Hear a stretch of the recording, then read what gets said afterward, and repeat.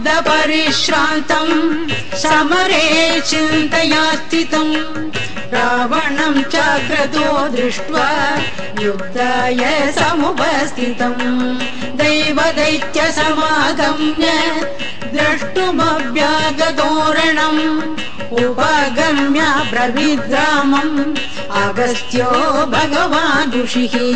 राम राम महाबाहो शृणु गुह्यं सनातनम् येन सर्वा नरीन् वत्स समरे विजयिष्यसि आदित्य हृदयं पुण्यं सर्वशत्रुविनाशनम् जयावहं जपे नित्यम् अक्षय्यं परमं शिवम् सर्वमङ्गल माङ्गल्यं सर्वपापप्रणाशनम् चिन्ताशोक प्रशमनम् आयुर्वर्धनमुत्तमम्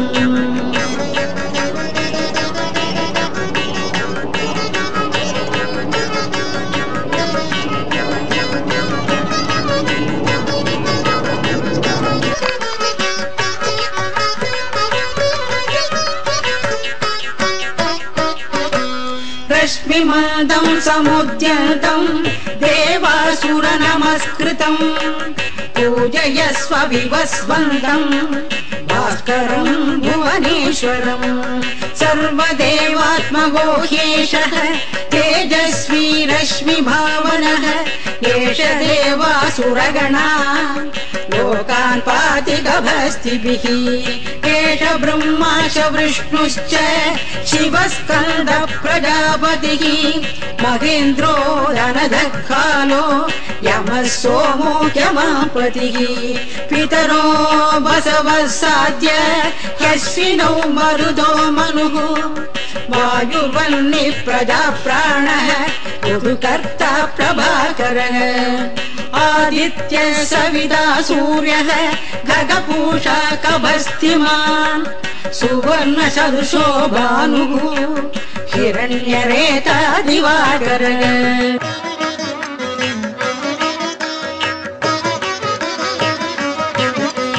हरिदश्वः सहस्रार्ची सप्तसतिर्मरीचिमान् तिमिरोन्मदनः शम्भुः त्वष्टा मार्ताण्डहंसुमान् हिरण्यगर्भः शिशिरः तपनो भास्करो रविः अग्निगर्भोदिते पुत्रः शङ्गः शिशिरनाशनः व्योमनादस्तमो वेदी ऋग्यजुस्सामपारगः धनवृष्टिरवामित्रो विन्द्यवीधि प्लवङ्गमः आतपी मण्डली मृत्युः पिङ्गलः सर्वतापनः कविर्विश्वो महातेज रक्त सर्वभवोद्भवः नक्षत्रग्रहताराणाम् अधिपो विश्वभावनः तेजसामपि तेजस्वी द्वादशात्मन् नमोऽस्तु ते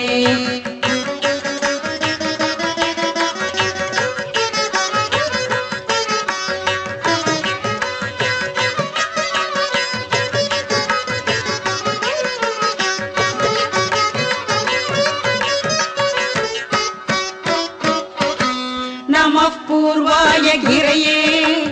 पश्चिमायाद्रये नमः ज्योतिर्गणानां पदये दिनाधिपदये नमः जयाय जयभद्राय हर्यश्वाय नमो नमः नमो नमः सहस्रांशो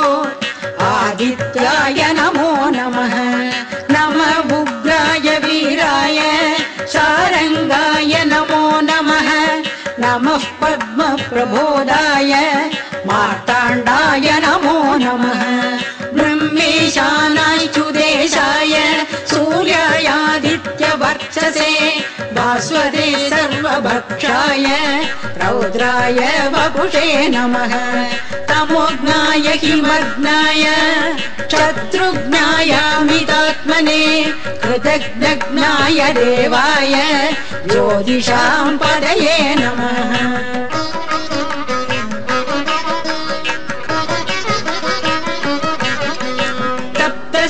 भीकराभाय वन्नये विश्वकर्मणे नमस्तोमभिनिघ्नाय ऋषये लोकसाक्षिणे नाशयद्येष वैभूतम् तदेव सृजति प्रभुः पायत्येष तपद्येष वर्षत्येष तपस्तिभिः येष सुप्तेषु जागर्ति भूतेषु परिनिष्ठितः एष एवाग्निहोत्रम् च फलम् शैवाग्निहोत्रिणाम् वेदाश्च कृतवश्चैव क्रतूनाम् फलमेव च यानि कृत्यानि लोकेषु सर्व एष रविः प्रभुः येन मावत्सु कृच्छ्रेषु कान्तारेषु पयेषु च कीर्तयन् पुरुषः कश्चित् नावसीदति राघव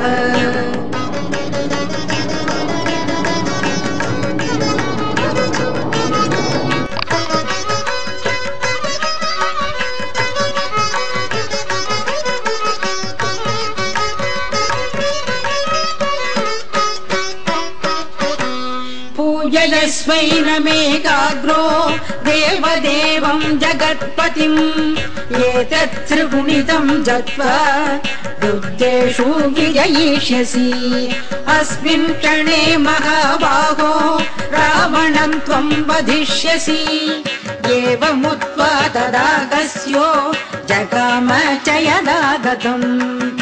एतत् श्रुत्वा महातेज नष्टशोको भवत्तदा तारयामास सुप्रीतो राघव प्रयदात्मवान् आदित्यम् प्रेक्ष्य जप्त्वात् परम् हर्षमवाप्तवान् त्रिराशम्य शुचिर्भूत्वा धनुरादाय वीर्यवान् रावणम् प्रेक्ष्य हृष्टात्मा युद्धाय समुपागतम् सर्वयत्नेन महता वधे तस्य धृतोऽभवत् अदरविरवदन् निरीक्ष्य रामम् मुदितमनाः परमम् प्रकृष्यमाणः निशिचरपति संक्षयम् विदित्वा सुरगणमध्यगतो वजस्त्वरेति बाणो भास्करमार्ताण्ड षण्डरश्मे दिवाकर